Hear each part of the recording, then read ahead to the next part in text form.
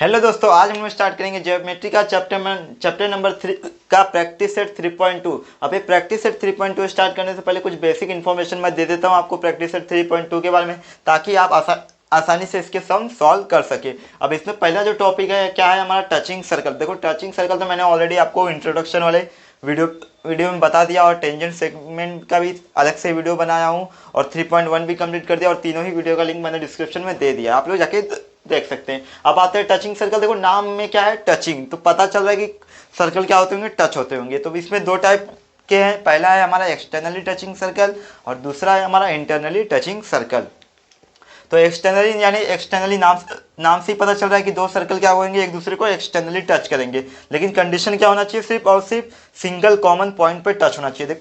देखो यहाँ पे क्या है, एक सिंगल कॉमन पॉइंट है जहाँ पे दोनों ही सर्कल एक दूसरे को टच कर रहे हैं, जिसको नाम दे दिया मैंने ओ।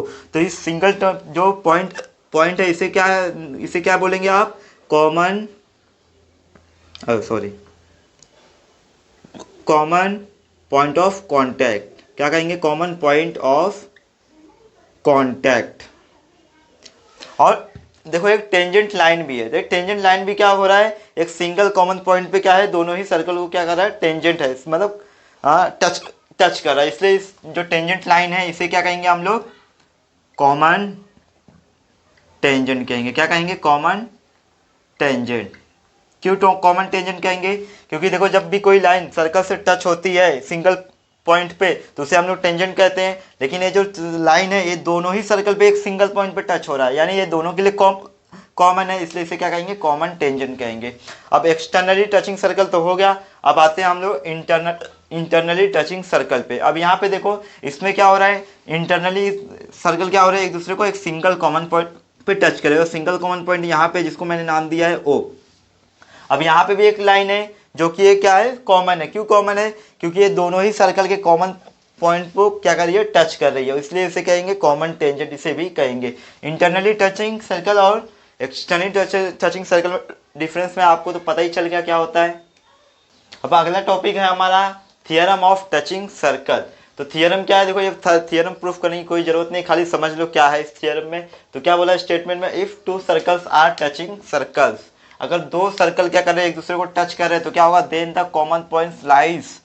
तो देखो ये दो सर्कल है, ये क्या कर रहे हैं, एक दूसरे को टच कर रहे हैं, तो किस पॉइंट पे, ये देखो ये पॉइंट है, ये क्या है इनका कॉमन पॉइंट है, क्योंकि एक सिंगल पॉइंट पे ही दोनों सर्कल क्या कर रहे हैं, एक दूसरे को टच कर रहे थे। यही बोला, then the common points. Common points क्या है हमारा, ये जहाँ पे दोनों सर्कल क्या कर रहे हैं, एक दूसरे को टच कर रहे हैं, लाइज ऑन द लाइन। तो ये क्या करेगा, जो कॉमन पॉइंट है क्या करेगा, लाइज करेगा। कौन से लाइन पे लाइज करेगा, line joining the there centres. देखो जो लाइन से सर्कल सेंटर ए से लेके सेंटर बी को जो लाइन क्या कर रही है, ज्वाइन कर रही है, उस लाइन पे ही क्या करेगा, एक कॉमन पॉइंट लाई करेगा, यही स्टेटमेंट में बोला है। तो ये क्या हो जाएगा, देखो इस एक ही स्ट्रेट लाइन में तीनों के तीनों पॉइंट, तो ये क्या हो जाएंगे, कॉलिनियर हो जाएंगे। तो यहाँ पे आप लोग लिख सकते हो कि पॉइंट ए कॉमा बी और क्या है ओ आर कॉलिनियर है। क्या है ये, कॉलिनियर है, कॉलिनियर। अब इसे कैसे लिख सकते हैं हम लोग, पहला ए है तो ए लिखो, फिर क्या है ओ, फिर क्या है बी, तो ये कॉलिनियर ऐसे हम लोग रिप्रेजेंट करते हैं।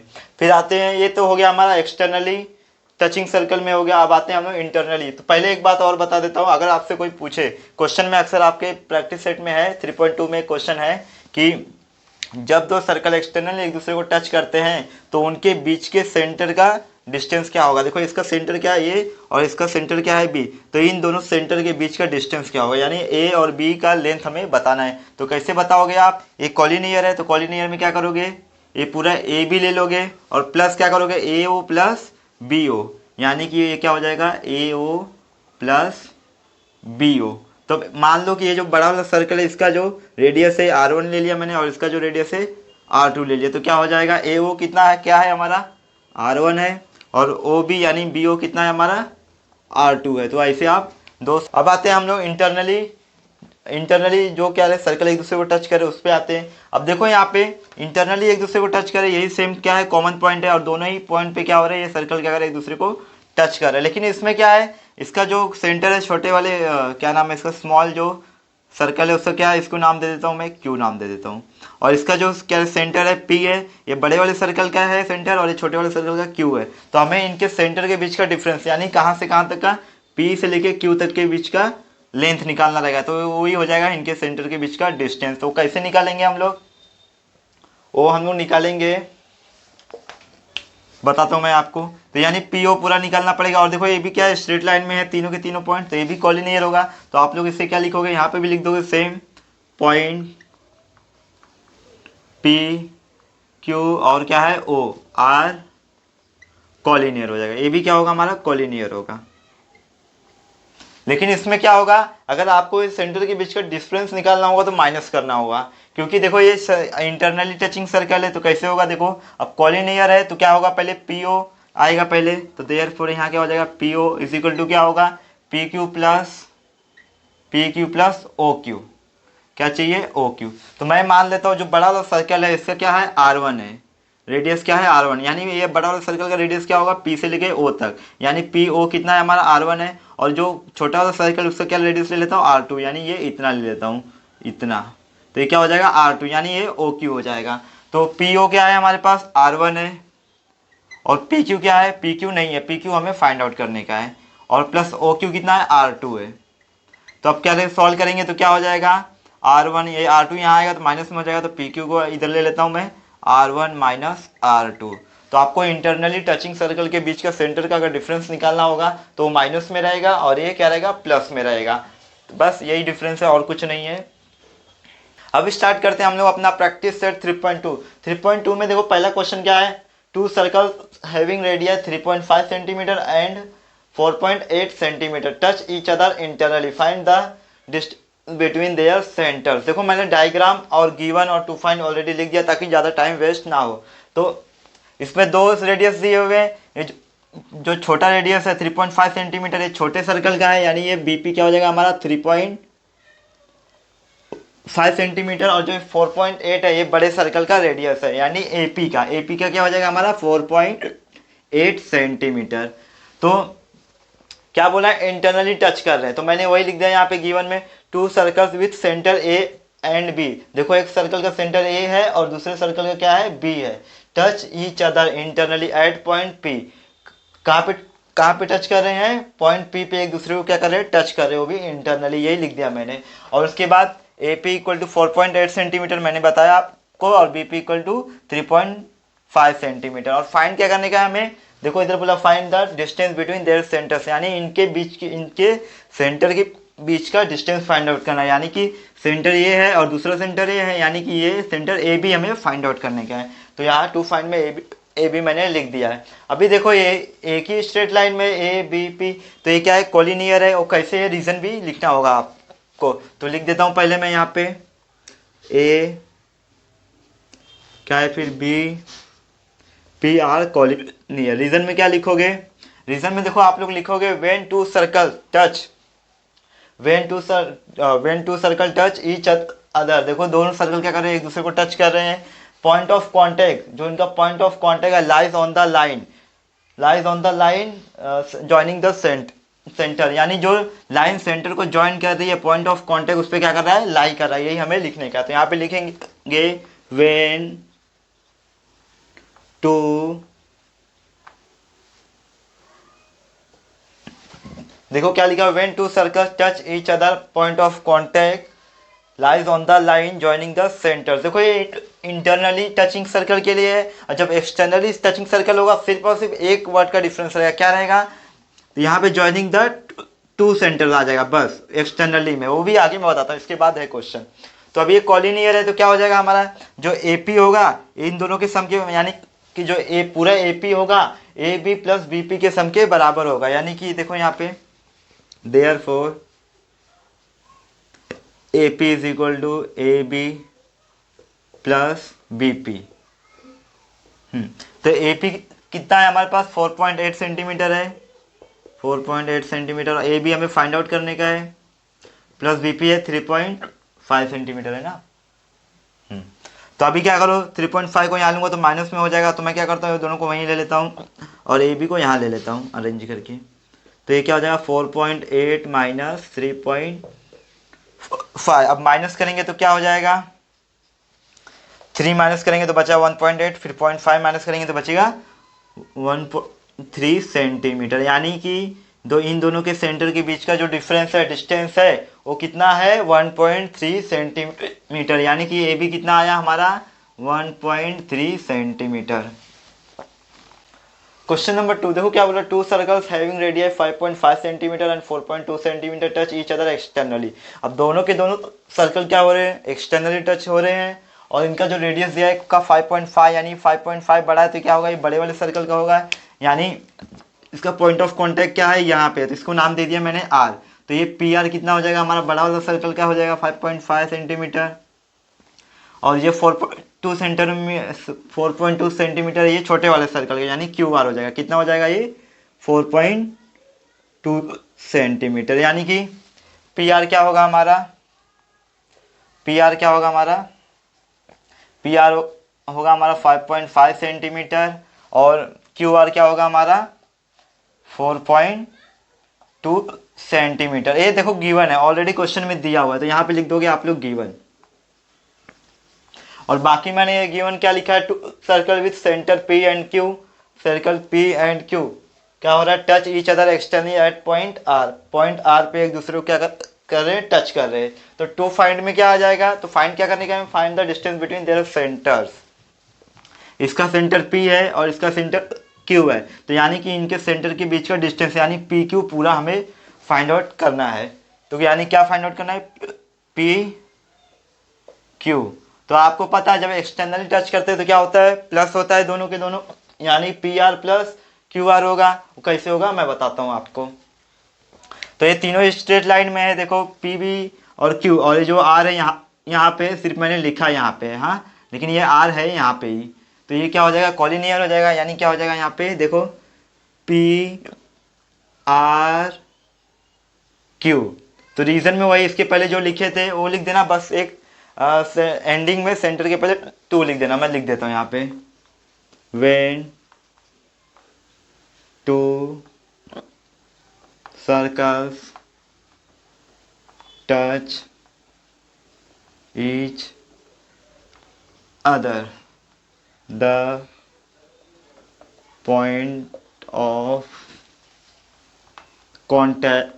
contact lies on the line joining the two centers। क्या हो जाएगा, 2 सेंटर्स। इसके इंटरनली में क्या, ये 2 नहीं था, बस ये याद रखना है, इंटरनली में आपको 2 नहीं लिखना है। इसमें 2 क्यों लिखा, देखो 2 सेंटर को ये लाइन क्या कर रही है, ज्वाइन कर रहा है, और जो कॉमन पॉइंट है यानी पॉइंट ऑफ कांटेक्ट है, और इस लाइन पे क्या कर रहा है, लाई कर रहा है, बस यही मैंने लिखा है स्टेटमेंट में। तो फिर इसके बाद क्या हो जाएगा हमारा, देयरफॉर पी क्यू पूरा हो जाएगा। ये पी क्यू पूरा किसके सम के बराबर होगा, P R plus Q are. तो अब पी क्यू ही हमें फाइंड आउट करने का है, बाकी पी आर और क्यू आर का वैल्यू है हमारे पास। पी आर कितना है 5.5 सेंटीमीटर, प्लस क्यू आर कितना है हमारे पास 4.2। अब दोनों को ऐड करेंगे कितना हो जाएगा, 5 और 4 हो जाएगा 9, और 0.5 4.7 हो जाएगा, यानी 9.7 हो जाएगा। कितना हो जाएगा 9.7 सेंटीमीटर। यानी कि इनके सेंटर के बीच का, इन दोनों के सेंटर के बीच का डिस्टेंस कितना हो जाएगा 9.7 सेंटीमीटर। क्वेश्चन नंबर तीसरा क्या बोला, if radii of two circle are 4 centimetre 2.8 centimetre. यानी कि 2 सर्कल का रेडियाई दिया, एक का है 4 सेंटीमीटर और एक का है 2.8 centimetre. Draw figure of circle touching each other externally और इंटरनली। 2 सर्कल का रेडियस दिया गया है और सर्कल को टचिंग में बनाने का, एक्सटर्नली भी ड्रॉ करना है और इंटरनली भी ड्रॉ करना है। कैसे करना है मैं आपको बताता हूँ। तो पहले हम लोग एक्सटर्नली बनाते हैं, तो पहले कौन सा बनाएंगे, एक्सटर्नली। मार्कर चेंज करो,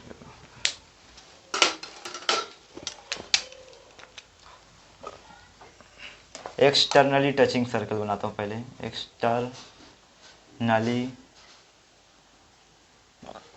टचिंग सर्कल। पहले क्या करो, 2 सर्कल दिए गए, एक छोटे सर्कल का दिया गया है, देखो ये 2.8 छोटा सर्कल है और सॉरी 4 सेंटीमीटर बड़ा सर्कल है।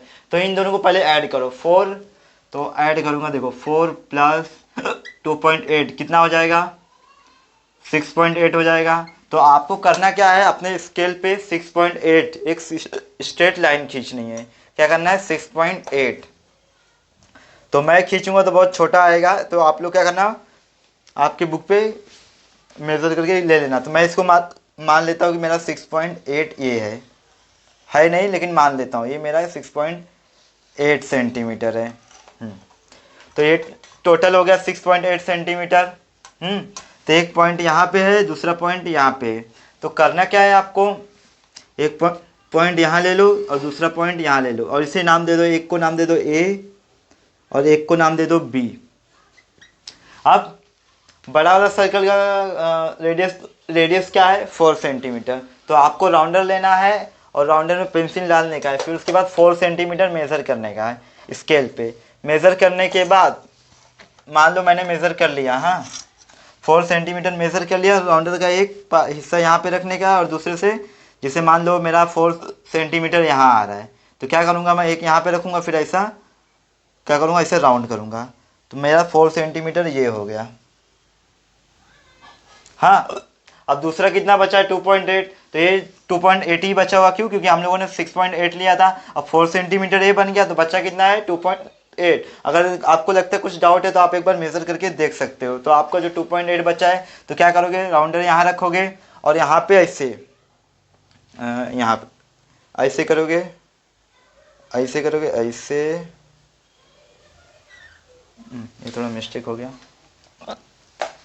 ऐसे बना लोगे, समझो ये राउंड है, हाँ सर्कल है मेरा, ऐसे बना लोगे। देखो अब क्या हो गया, पॉइंट ऑफ कांटेक्ट आ गया। अब इसे चाहे तो आप नाम कुछ भी दे सकते हो, तो मैं इसे पी दे देता हूँ नाम। तो बड़ा वाला सर्कल क्या है, रेडियस क्या है हमारा, ए पी। तो यहाँ पे क्या लिखोगे आप लोग, A P is equal to कितना है मेरा, 4 सेंटीमीटर है, ये कितना है 4 सेंटीमीटर, और ये कितना है 2.8 सेंटीमीटर। तो इसे लिखने की जरूरत नहीं है, मैं आपको सिर्फ समझने के लिए बताया था। हाँ, तो एपी कितना है मेरा 4 सेंटीमीटर, और बीपी कितना है मेरा 2 सेंटीमीटर, सॉरी 2.8 सेंटीमीटर, 2.8 सेंटीमीटर। बस इतना ही करना है। अब एक्सटर्नली तो हो गया, अब आते हैं इंटरनली टचिंग सेंटर, क्योंकि इसमें इंटरनली भी बोला है। तो दूसरा क्या है हमारा,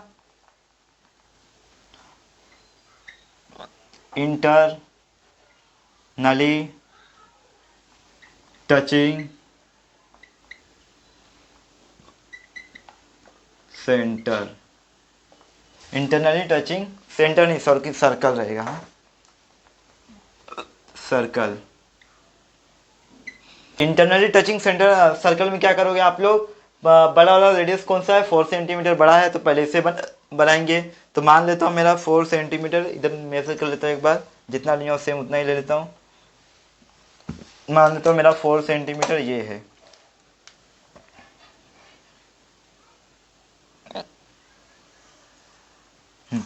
ये 4 सेंटीमीटर है। तो क्या करोगे आप लोग, इसे नाम दे दो, ए नाम दे दो। और ये दूसरा है पॉइंट ऑफ कांटेक्ट जो बनेगा आगे चल के। अब देखो इस पॉइंट पे ये सेंटर है, हाँ हमारा। तो आप लोग क्या करोगे, राउंडर लोगे, यहाँ से यहाँ तक नापोगे, और पेंसिल वाला क्या करोगे, हिस्सा यहाँ पे रखोगे पार्ट। तो यहाँ पे रखने के बाद क्या करोगे, ऐसे राउंडर को घुमाओगे। तो ये बड़ा वाला बन गया, जो कि है 4 सेंटीमीटर का। अब हमें क्या करना है, छोटा वाला स्मॉल वाला सर्कल बनाने का, और उसका जो पॉइंट रहेगा, पॉइंट ऑफ कांटेक्ट यहाँ पे होना चाहिए। तो क्या करोगे, 2.8 स्केल लोगे आप लोग, जीरो वाला यहाँ पे रखोगे, जीरो वाला यहाँ पे नापो, यहाँ से 2.8। मान लो मेरा 2.8 यहाँ पे आ रहा है, कहाँ पे आ रहा है, यहाँ पे आ रहा है, ये हो गया मेरा 2.8 यहाँ तक आ रहा है। हाँ, और इसे नाम दे देता हूँ मैं, बी दे देता हूँ नाम, बी। अब क्या करोगे, राउंडर लोगे, इतना मेरा 2.8 सेंटीमीटर है, तो यहाँ पे एक रखोगे, और पेंसिल वाला यहाँ पे। तो यहाँ से रखने के बाद आप लोग क्या करोगे, ऐसे ऐसे राउंड बनाओगे। बन गया। अब छोटा वाला भी बन गया, बड़ा वाला भी बन गया। और बड़े वाले का सेंटर ए है, छोटे वाले का सेंटर बी है, और पॉइंट ऑफ कांटेक्ट कहाँ पे, मान लो यहाँ पे, हाँ ये ऐसा हो रहा है। पॉइंट ऑफ कांटेक्ट कहाँ पे, यहाँ पे। इसे नाम दे देता हूँ मैं पी। क्या नाम दे दिया, पी।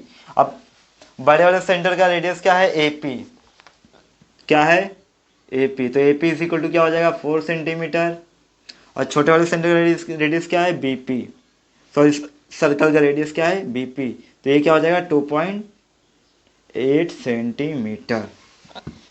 ये कितना है मेरा 2.8 सेंटीमीटर, और बड़ा वाला कितना है 4 सेंटीमीटर, जो कि पूरा है। हो गया, बस ऐसे ही है। Question number 4, in figure the circle with centre P and Q touch each other eight R। देखो एक दो सर्कल है, एक P है और Q है, क्या कर रहे हैं एक्सटर्नली एक दूसरे को टच कर रहे हैं, कहाँ पे पॉइंट ऑफ कॉन्टैक्ट R पे। फिर क्या बोला, a line passing through R meets the circle eight A and B respectively. जो लाइन पास हो रही है, देखो A से लेके B तक जो लाइन पास हो रही है वो कहाँ पे मिल रहा है, पॉइंट ऑफ कॉन्टैक्ट पे मिल रहा है। कहाँ पे मिल रहा है, पॉइंट ऑफ कॉन्टैक्ट पे। और दूसरा ये दोनों का जो देखो रेडियस है ना, सेंटर देखो P और Q सेम वैसे ही है जैसे हम लोगों ने क्वेश्चन किया, तो उसमें थोड़ा बहुत वैसे ही एक दो स्टेप रहेगा, बाकी बताता हूँ मैं आपको। तो इसमें करना क्या है, तीन चीजें हमें प्रूफ करने की है। Segment AP parallel to segment BQ। देखो जो सेगमेंट AP है किसके पैरेलल है, BQ के है, ये हमें प्रूफ करना है। दूसरा क्या है, triangle APR similar triangle RQB। जो ट्राइंगल APR है और सिमिलर ट्राइंगल क्या है RQB सिमिलर है, ये हमें प्रूफ करने का है। और तीसरे में क्या करने का, इसका एंगल फाइंड आउट करने का RQB का। कैसे करना है मैं बताता हूँ। तो पहले वाला हम लोग ये segment AP parallel to segment BQ proof करेंगे, तो उसके लिए मैं बताता हूँ क्या करना है आपको। तो पहला सॉल्यूशन में, तो पहले देखो यहाँ पे जैसे एक्सटर्नली क्या होते थे, सर्कल टच होते थे, उसमें कॉलिनियर रहता था। देखो ये सर्कल एक्सटर्नली टच हो रहे थे, यहाँ पे देखो PRQ क्या है, ये कॉलिनियर है, क्या है कॉलिनियर। तो पहले यही लिख देंगे हम लोग यहाँ पे PRQ क्या है कॉलिनियर। रीजन में क्या लिखोगे, when two circles when two circles touch each other, when two circles touch each other, then point of contact क्या करेगा, लाइज करेगा, क्या करेगा, lies on the line joining the centre, joining the two centre. क्यों, क्योंकि ये externally touch कर रहा है, अगर इंटरनली टच करता तो टू नहीं आता, ज्वाइनिंग द सेंटर आता, केवल ज्वाइनिंग द टू सेंटर आएगा, ज्वाइनिंग द टू सेंटर्स। तो एक बार रिपीट कर दे रहा हूँ, छोटा लिखा हूँ काफी, when to circles touch each other then point of contact lies on the line joining the two centres. इतना हो गया। अब देखो यहाँ पे एक वर्टिकली अपोजिट एंगल बन रहा है, क्या बन रहा है, वर्टिकली अपोजिट एंगल। देखो एंगल PRA, क्या बन रहा है, एंगल PRA। और एंगल कौन सा बन रहा है, PRA शुरू किया हूं तो यहाँ पे आएगा QRB। ये क्या है, अपोजिट एंगल है, देखो वर्टिकली अपोजिट एंगल है, वर्टिकली अपोजिट एंगल बन रहा है। क्या हो रहा है, वर्टिकली अपोजिट एंगल। और ये वर्टिकली अपोजिट एंगल क्या होता है, एक दूसरे के कॉन्ग्रुएंट होते हैं, ऑलरेडी हम लोग पैरेलल लाइंस में पढ़ चुके हैं। तो यहाँ पे लिख दोगे देयरफॉर एंगल, क्या है एंगल हमारा PRA किसके कॉन्ग्रुएंट है, एंगल QRB, QRB। रीजन क्या लिखोगे, vertically opposite angle. Vertically opposite angle जो होते हैं वो होते हैं एक दूसरे के कॉन्ग्रुएंट होते हैं, वर्टिकली अपोजिट एंगल। आता हूं इन ट्राइंगल, इन ट्राइंगल क्या है मेरा ट्राइंगल PRA, PR में देखो यहाँ पे सर्कल में देखो दो रेडियस दिख रहा है मुझे, एक PA रेडियस है, PR। और आपको पता है अगर एक सर्कल में कितने भी रेडियस हो, सारे के सारे रेडियस क्या होते हैं, कॉन्ग्रुएंट होते हैं, इक्वल होते हैं। यानी जो PA है वो PR के इक्वल होगा।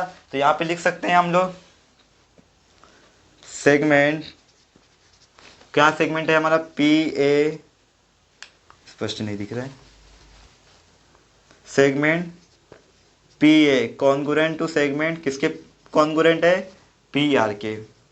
क्यों, रीजन में क्या लिखोगे, रेडियाई ऑफ सेम सर्कल, क्योंकि सेम सर्कल के रेडियाई हैं लोग, radii of same circle, radii of same circle. इसे इक्वेशन 1 ले लो। इसे इक्वेशन 1 ले लिए। अब देखो आपको पता है जब क्या किसी ट्रायंगल में दो साइड क्या होते हैं, इक्वल होते हैं, तो आइसोसेलियस ट्रायंगल थ्योरम में ये बोला गया है कि जब किसी ट्रायंगल में दो साइड इक्वल होते हैं तो उनके अपोजिट एंगल भी क्या होते हैं, इक्वल होते हैं। तो कौन कौन से दो साइड इक्वल है, पी आर और पी ए दोनों क्या है, इक्वल है। ये दोनों क्या है, इक्वल है। तो आपको पता है जब आइसोसेलियस ट्रायंगल थ्योरम में बोला गया है कि जब दो साइड इक्वल होंगे तो उनके अपोजिट एंगल भी क्या होंगे, इक्वल होंगे। यानी कि इसका अपोजिट एंगल क्या है, ये है। और इसका अपोजिट एंगल क्या है, ये है। तो यानी ये दोनों भी इक्वल होंगे, तो हम लिख सकते हैं angle P A R congruent to angle P R A. तो यहाँ पे लिखोगे आप लोग देयरफॉर एंगल क्या है, P R A congruent to angle क्या है, P A R. P A R कैसे पता चला हमें, आइसोसेलियस ट्रायंगल थ्योरम से। आइसोसेलियस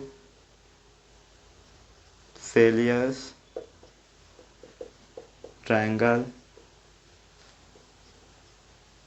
थ्योरम से हमें पता चला।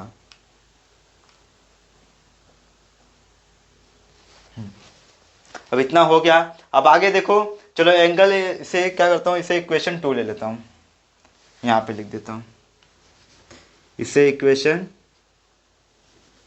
2 ले लिया।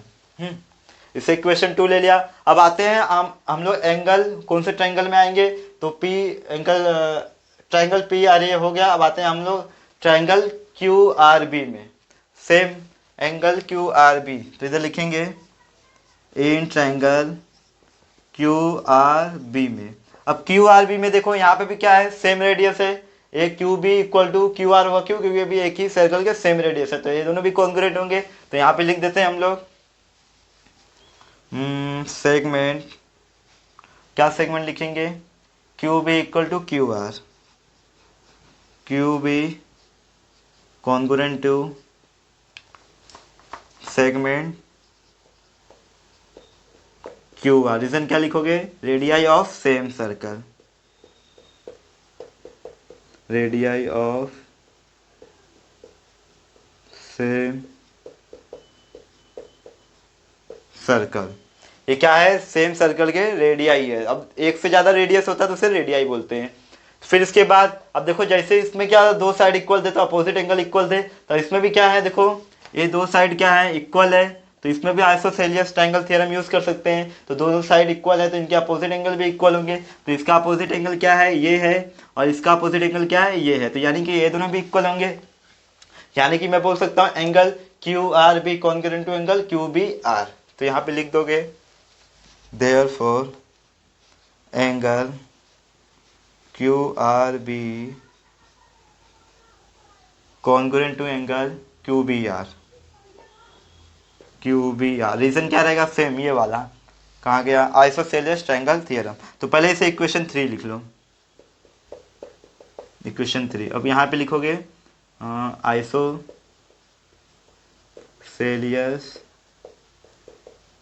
Triangle theorem, theorem.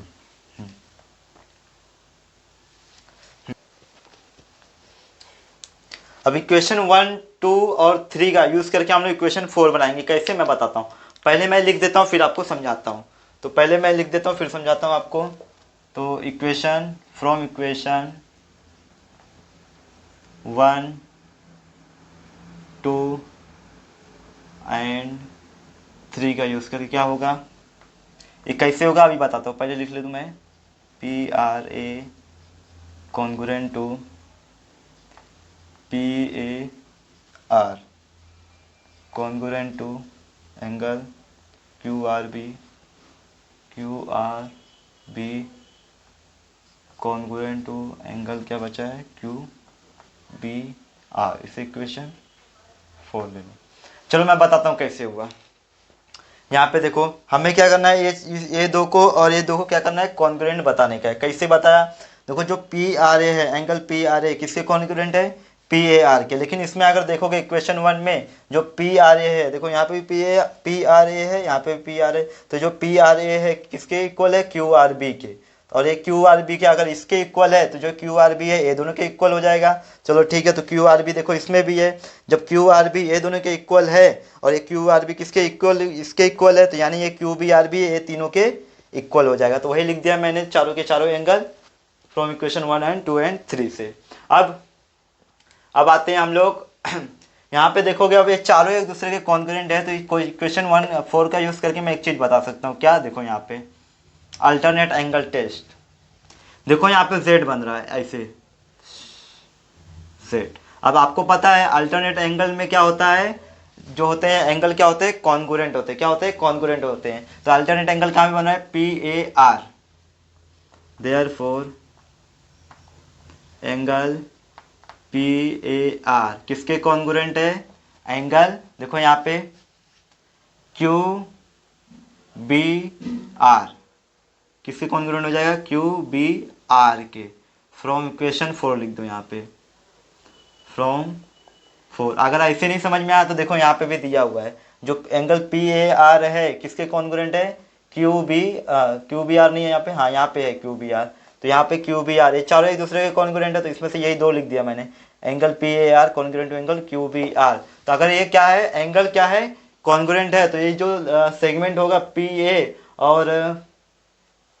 और QB ये क्या होंगे, पैरेलल होंगे। क्यों, क्योंकि देखो जो जो हमें चाहिए था सब मिल गया। देखो यहाँ पे एक सेगमेंट क्या एक दूसरे के कॉन्ग्रुएंट है, यहाँ पे एक सेगमेंट एक दूसरे के कॉन्ग्रुएंट है, यहाँ पे सॉरी, और यहाँ पे ये और ये एंगल क्या है, एक दूसरे के कॉन्ग्रुएंट है, और चारों एक दूसरे के कॉन्ग्रुएंट यहाँ पे मैंने बता दिया। तो इससे ये बोल सकते हैं कि जो सेगमेंट क्या चाहिए था हमें, AP, सेगमेंट AP है पैरेलल है। हाँ, किसके पैरेलल हो जाएगा, सेगमेंट QB के,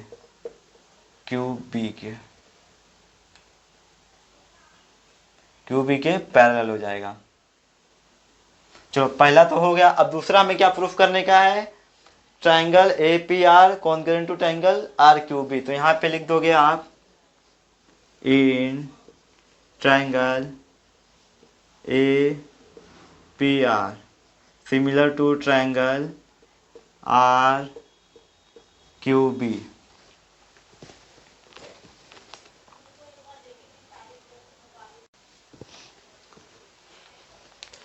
अब इस ट्रायंगल में देखो जो एंगल क्या है, PAR किसके कॉन्ग्रुएंट है, जो PAR है जो मैंने जो बताया था अल्टरनेट एंगल टेस्ट, ये किसके कॉन्ग्रुएंट है, QBR के। किसके कॉन्ग्रुएंट है, एंगल QBR। तो ये ऑलरेडी हम लोगों ने इक्वेशन 4 में प्रूफ किया है। तो यहाँ पे लिख देता हूँ फ्रॉम इक्वेशन 4, फ्रॉम 4 लिख दो सीधा।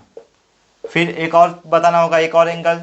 अब कौन सा एंगल बचा है, देखो PAR और QBR हो गया, PAR और क्या है, QBR, ये दोनों हो गया। बचा कौन सा है, ये दोनों। तो ये दोनों भी क्या है, एक दूसरे के कॉन्ग्रुएंट है, PRA कॉन्ग्रुएंट टू QRB।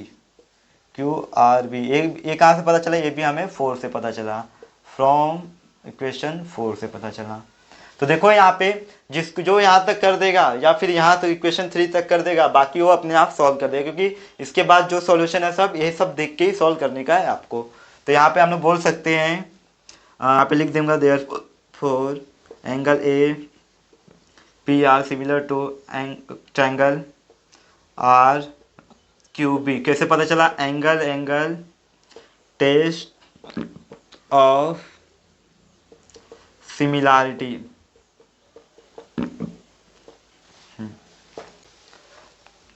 अब तीसरा प्रूफ करते हैं। देखो इसमें एंगल RQB यानी कि एंगल ये RQB फाइंड आउट करने का है, और PAR का दिया हुआ है, यानी इसका दिया हुआ है, PA यानी इसका दिया हुआ है। लेकिन ये जो एंगल PAR है किसके कॉन्ग्रुएंट है, देखो यहाँ पे। तो पहले मैं ये लिख लेता हूँ, देयरफॉर क्या दिया है, एंगल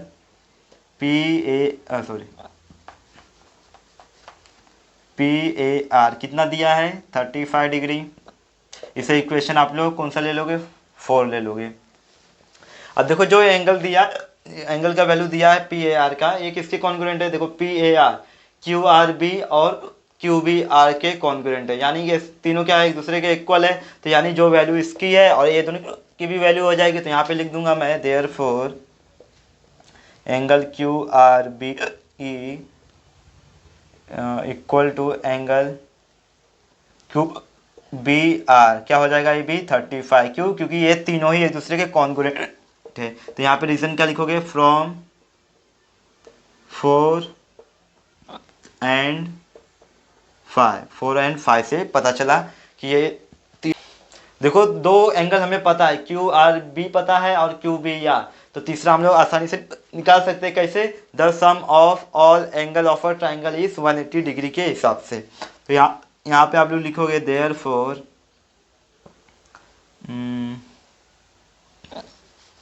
पहले मैं लिख देता हूँ यहाँ पे the sum of all angle of a triangle is 180 degree. क्या है? तीनों एंगल का जो सम होता है वो कितना होता है, 180 डिग्री के बराबर होता है। तो तीनों एंगल मैं यहाँ पे लिखता हूँ। क्या क्या है देखो यहाँ पे एंगल क्या क्या है, Q R B plus angle क्या है, क्यू बी आर है, प्लस एंगल किस क्या बचा है, आर क्यू बी, जो हमें फाइंड आउट करने का है। एंगल आर क्यू बी किसके इक्वल है ये लोग, 180 के। रीज़न मैंने पहले यहाँ पे लिख दिया, मुझे मालूम था प्लेस नहीं होगा, इसके लिए यहाँ पे लिख दिया हूँ। अब हमें मेरे पास तो ये दोनों है 35 प्लस 35 और plus Q R R Q भी ऐसे रहने दो, इक्वल टू 180 ऐसे ही रहेगा। अब ये 35 कहाँ से आया, यहाँ, तो इसे इक्वेशन 6 ले लो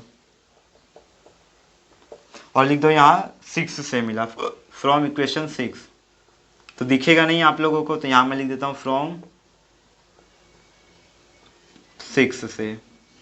तब ये 35 कितना हो जाएगा, 70 हो जाएगा, और 70 वहाँ जाएगा तो माइनस हो जाएगा, यानी कि R Q B equal to 180 minus 70, कितना बचेगा 110, यानी कि आर क्यू बी कितना आ गया हमारा 110 डिग्री आ गया। कितना आ गया, 110 डिग्री आ गया। क्वेश्चन नंबर 5 देखो क्या बोला, in figure the circle with centre A and B touch each other at E, यानी कि जो एक दो सर्कल है, इसका सेंटर ए है और इसका सेंटर बी है, तो लेकिन ये दोनों टच कहाँ कर रहे हैं एक दूसरे को, पॉइंट ऑफ कॉन्टेक्ट ई पे। देखो यहाँ पे पॉइंट ऑफ कॉन्टेक्ट ई है जिसका नाम है ई, तो इसको ये दोनों सर्कल कहाँ टच कर रहे हैं, पॉइंट ई पे टच कर रहे हैं। तो line L is a common tangent which touch the circle at C and D respectively. देखो जो लाइन एल है ये क्या है, एक सिंगल लाइन है, इसलिए इसे कॉमन टेंजेंट कहते हैं। क्यों कॉमन टेंजेंट कहते हैं, क्योंकि ये सिंगल लाइन ही दोनों सर्कल को क्या कर रही है, टच कर रही है, यहाँ पॉइंट सी पे और पॉइंट डी पे, तो इसलिए इसे क्या कहते हैं, दोनों ही सर्कल के लिए कॉमन है, इसलिए इसे कॉमन टेंजेंट कहते हैं। तो find the length of C D if the radii of the circle are 4 centimetre 6 centimetre. तो हमें करना क्या है, जो सी से लेके डी तक का लेंथ फाइंड आउट करना है, और रेडियस क्या दिया है, इसका 4 सेंटीमीटर दिया है, छोटा सर्कल है इसलिए 4 सेंटीमीटर हो जाएगा, ये बड़ा सर्कल है इसलिए 6 सेंटीमीटर हो जाएगा। तो अब कुछ कंस्ट्रक्शन कर लेते हैं। देखो यहाँ पे कंस्ट्रक्शन में हम लोग क्या कर सकते हैं, सी और ए को ज्वाइन कर सकते हैं। क्यों? क्योंकि देखो ए और ई क्या है, इसका रेडियस है, तो रेडियस में कहीं भी बनाऊँ लेंथ तो उसका सेम ही रहेगा। तो क्या करता हूँ, सी और ए को ज्वाइन कर देता हूँ, ए भी रेडियस हो गया, और सेम यहाँ पे भी क्या है, बी ई क्या है, रेडियस है, तो इसको भी मैं ज्वाइन कर देता हूँ, ए भी एक रेडियस हो जाएगा, दो रेडियस हो जाएंगे। मान लो स्ट्रेट है। हाँ, तो पहले क्या आप लिखेंगे कंस्ट्रक्शन में, draw segment A C and segment, कौन सा सेगमेंट और किया, B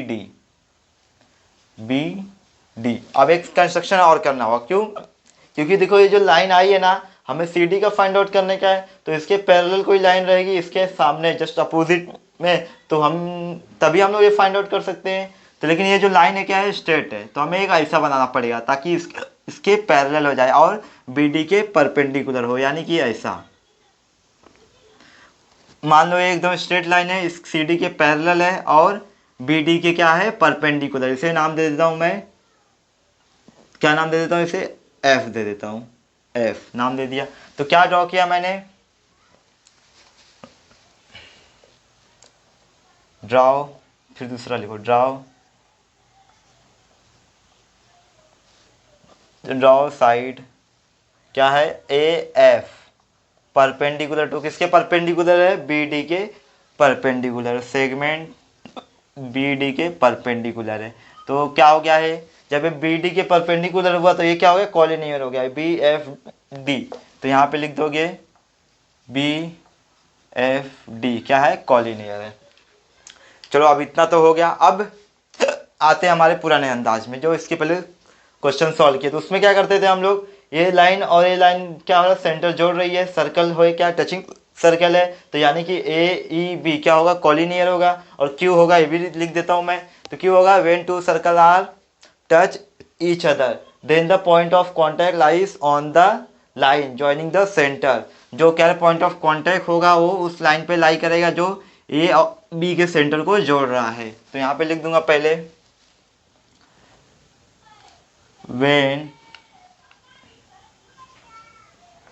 when two circles are touch each other then point of contact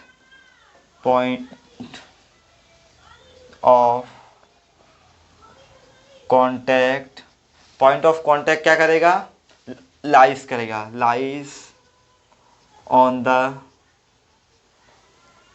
line, lies on the line, कौन से लाइन पे लाई करेगा, ज्वाइनिंग द सेंटर, जो सेंटर को क्या कर रहा है, ज्वाइन कर रहा है, ज्वाइनिंग द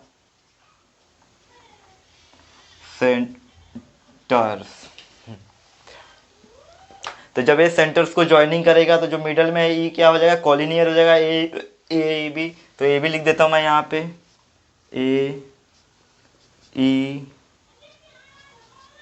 बी कॉलिनियर है। अब बात करता हूँ रेडियस की। देखो इसमें दो रेडियस है, ए ई इक्वल टू ए सी। अगर ए ई 4 सेंटीमीटर है तो ए सी भी क्या हो जाएगा, 4 सेंटीमीटर हो जाएगा। क्यों, क्योंकि सेम सर्कल के रेडियाई है। तो यहाँ पे लिख दूंगा therefore A E equal to A C क्या हो जाएगा, ये 4 सेंटीमीटर। रीज़न क्या लिखो इस इक्वेशन, इक्वेशन 1 मत लो, जाने दो इक्वेशन मत लो, खाली रीज़न लिख दो। रेडियाई ऑफ सेम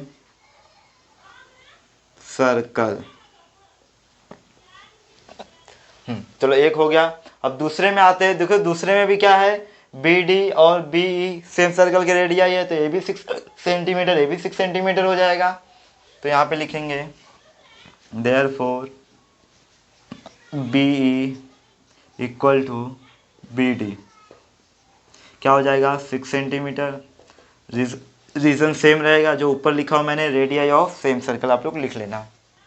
अब देखो ए ई भी है हमारे पास, ए बी भी है हमारे पास, यानी बी ई भी है, तो हम लोग टोटल ए बी निकाल सकते हैं।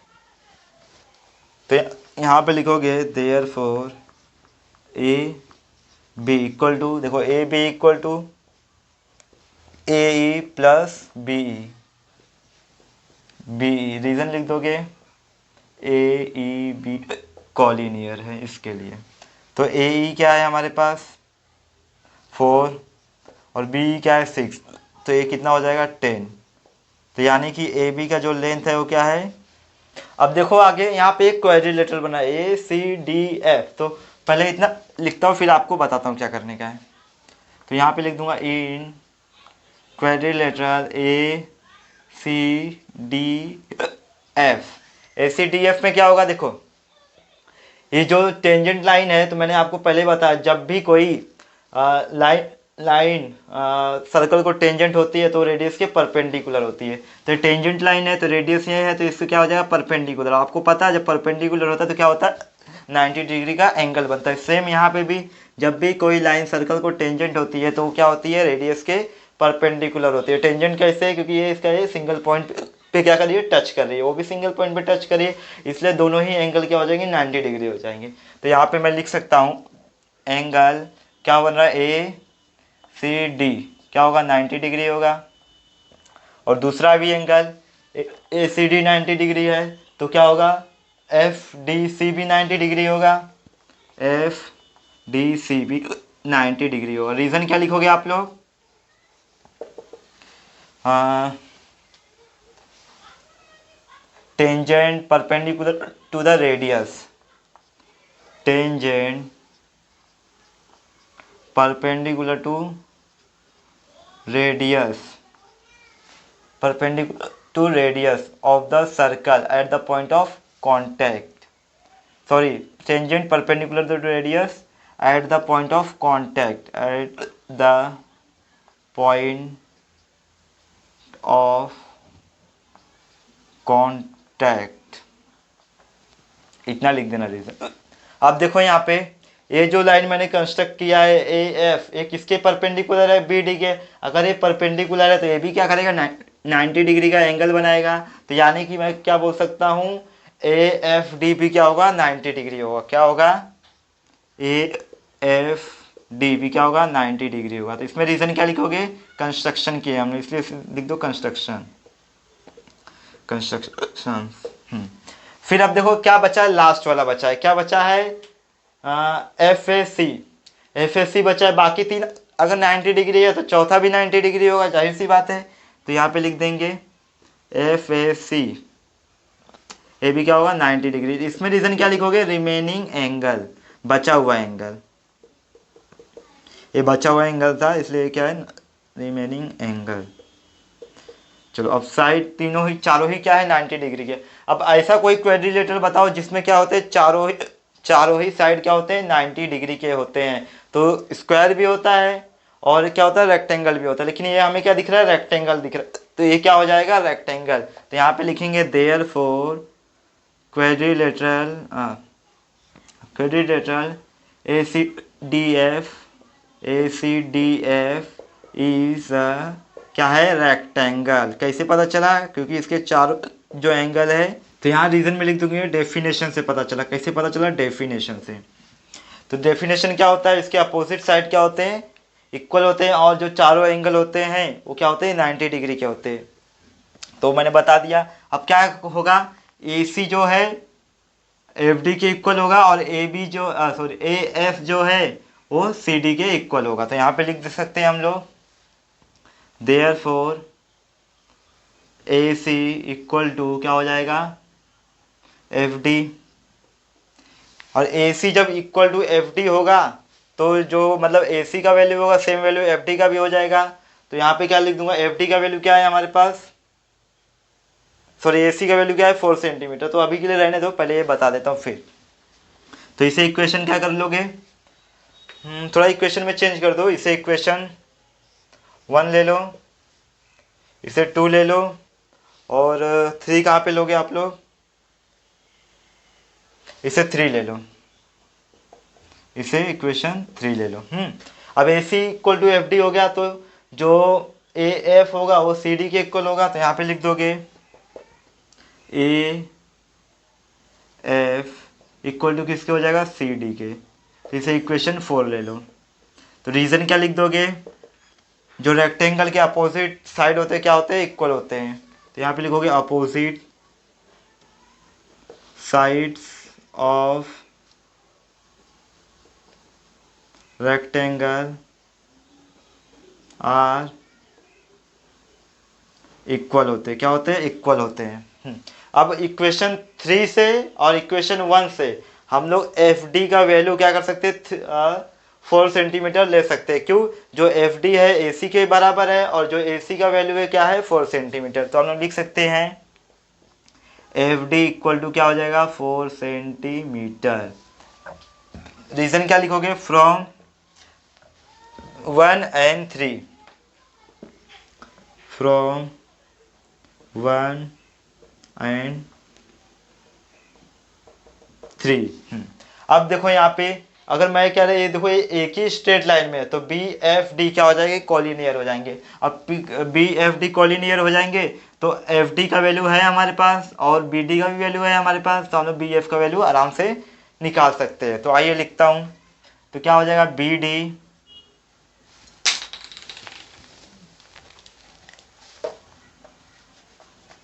B D is equal to क्या हो जाएगा? Therefore B D is equal to क्या होगा, बी एफ प्लस क्या होगा, एफ डी।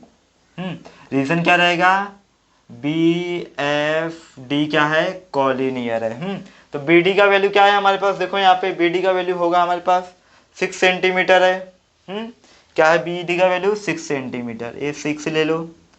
और बी एफ का वैल्यू क्या है हमारे पास, नहीं है इसे फाइंड आउट करने का, तो इसे ऐसे ही लिख लो। प्लस एफ डी का वैल्यू मैंने निकाला अभी, क्या है, 4 है। तो क्या होगा, अब 6 में से 4 माइनस होगा तो क्या बचेगा हमारे पास, बाकी मैं यहाँ पे लिखता हूँ। 6 में से 4 माइनस होगा तो क्या बचेगा, 2 बचेगा। यानी कि मैं ऐसे लिख सकता हूँ क्या, B F is equal to 6 minus 4। तो बी एफ क्या आ जाएगा मेरे पास, 2 सेंटीमीटर आ जाएगा। इसे इक्वेशन, ये क्या हो जाएगा, इक्वेशन 4 है ना, तो ये 5 ले लो। इक्वेशन पे अगर मैं ए एफ का वैल्यू निकाल दूँ तो सी डी का वैल्यू निकल जाएगा। क्यों, क्योंकि ये क्या है, अपोजिट साइड ऑफ रेक्टेंगल है। तो यानी जो वैल्यू ए एफ की रहेगी सेम सी डी की भी रहेगी, और सी डी का ही हमें फाइंड आउट करने का। तो अब देखो यहाँ पे हम लोगों ने जो ये साइड ए एफ कंस्ट्रक्ट किया है, ये क्या है, परपेंडिकुलर टू बी डी है, यानी बी एफ के परपेंडिकुलर और 90 डिग्री का एंगल बना रहा है। तो देखो यहाँ पे एक ट्रायंगल भी बन रहा है ए एफ बी, यानी कि मैं लिख दूंगा यहाँ पे in triangle A F B. तो A F B, angle A F B क्या हो जाएगा मेरा, सॉरी डी लिख दिया, इधर बी रहेगा, हाँ बी रहेगा यहाँ पे ए एफ बी। तो ये कितना हो जाएगा, 90 डिग्री हो जाएगा। क्यों 90 डिग्री हो जाएगा, क्योंकि हम लोगों ने कंस्ट्रक्ट किया तो ये क्या है, परपेंडिकुलर है बी डी के। तो ये बी एफ के परपेंडिकुलर हो जाएगा ए एफ, तो क्या होता है 90 डिग्री का एंगल बनाता है। तो यहाँ पे रीजन में क्या लिखोगे, कंस्ट्रक्शन किए इसको, इसके लिए इसे कंस्ट्रक्शन लिख दो। फिर अब अगर 90 डिग्री का एंगल है तो ये क्या हो गया, राइट एंगल ट्रायंगल हो गया। तो हम लोग पाइथागोरस थ्योरम का इस्तेमाल कर सकते हैं, यूज कर सकते हैं। तो यहाँ पे लिखूंगा by Pythagoras theorem. Pythagoras theorem से क्या होगा, अब देखो इसमें हाइपोटेनियस का है। हाइपोटेनियस क्या होता है, 90 डिग्री के एंगल के अपोजिट में होता है। तो 90 डिग्री एंगल क्या है, ये है, तो इसके अपोजिट में क्या है, ए बी है। तो ए बी क्या हो जाएगा हमारा, हाइपोटेनियस हो जाएगा। तो ए बी का स्क्वायर इज इक्वल टू क्या हो जाएगा, ए एफ का स्क्वायर प्लस बी एफ का स्क्वायर, ए एफ का स्क्वायर प्लस बी एफ का स्क्वायर। तो ए बी का वैल्यू है क्या हमारे पास, हाँ है, कहाँ पे है, देखो यहाँ पे ए बी का वैल्यू है हमारे पास 10 सेंटीमीटर, इसे इक्वेशन 2 से लिए हैं। तो यहाँ पे लिख दो 10 का स्क्वायर, और ए एफ का वैल्यू निकालना है हमें, इसे ऐसे रहने दो। प्लस बी एफ का वैल्यू हम लोगों ने अभी निकाला थोड़ी देर पहले, देखो यहाँ पे 2 सेंटीमीटर, तो ये 2 का स्क्वायर हो जाएगा। तो ये कैसे पता चला, इक्वेशन 2 और इक्वेशन 5 से। तो यहाँ पे लिख दोगे रीजन में, फ्रॉम 2 एंड 5, 2 और 5 से पता चला हमें। अब मैं क्या करूंगा, इसे स्क्वायर लगा दो यहाँ पे, फटाफट सॉल्व करूंगा और थोड़ा जल्द कम स्पेस में। क्यों, क्योंकि मेरे पास स्पेस नहीं है। तो अब इसका स्क्वायर करूंगा तो कितना हो जाएगा, 100 हो जाएगा, और इसका स्क्वायर करूंगा तो कितना हो जाएगा, 4 हो जाएगा।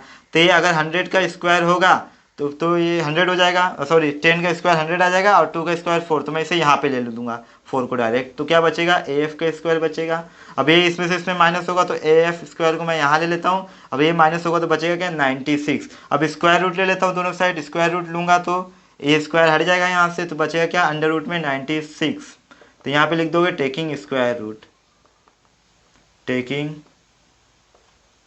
स्क्वायर रूट, स्क्वायर रूट लिया तो क्या हो गया, ये अंडर रूट 96। अब कोई ऐसा मल्टीपल बताओ कि जिस 2 नंबर बताओ जिसमें से एक नंबर का वो निकल जाए बाहर, स्क्वायर रूट बाहर आ जाए। तो 16 का अगर मल्टीप्लाई 6 में होगा तो कितना आएगा, 96 आएगा। क्या आएगा, 96। यानी मैं इसे ऐसे कर सकता हूँ क्या, 16 इंटू 6। तो ए एफ, तो इसका क्या होगा, 4, ये 16 के इसका स्क्वायर रूट है 4 का। तो A F is equal to क्या हो जाएगा, 4 इंटू अंडर रूट 6 सेंटीमीटर। तो ए एफ का निकल गया, तो अब सी डी का भी निकल जाएगा। कैसे निकल जाएगा, क्योंकि यहाँ पे देखो जो ए एफ है सी डी के इक्वल है। तो फ्रॉम इक्वेशन 6 से हमें क्या मिल जाएगा कि जो सी डी है वो कितना हो जाएगा, 4 अंडर रूट 6 सेंटीमीटर। क्या, ये अच्छे से लिख देता हूँ। हाँ, कैमरे में दिख रहा है? नहीं दिख रहा है तो एक काम करो, इसको ना मैं इधर लिख देता हूँ अब कहीं साइड में। ये वाला जो नीचे वाला है ना, मैं यहाँ पे लिख देता हूँ, इतने में लिख देता हूँ। ये याद रखना आप लोग, इंड वाला है। हाँ, ये तो क्या हो जाएगा, जो एफ का वैल्यू आया है 4√6 सेंटीमीटर, वो हो जाएगा सी डी का वैल्यू। कितना हो जाएगा? 4√6 सेंटीमीटर। रीजन क्या लिखोगे? फ्रॉम, कैसे पता चला? इक्वेशन 4 है क्या? हाँ, इक्वेशन 4 से पता चला। ये इंड वाला है, हाँ याद रखना।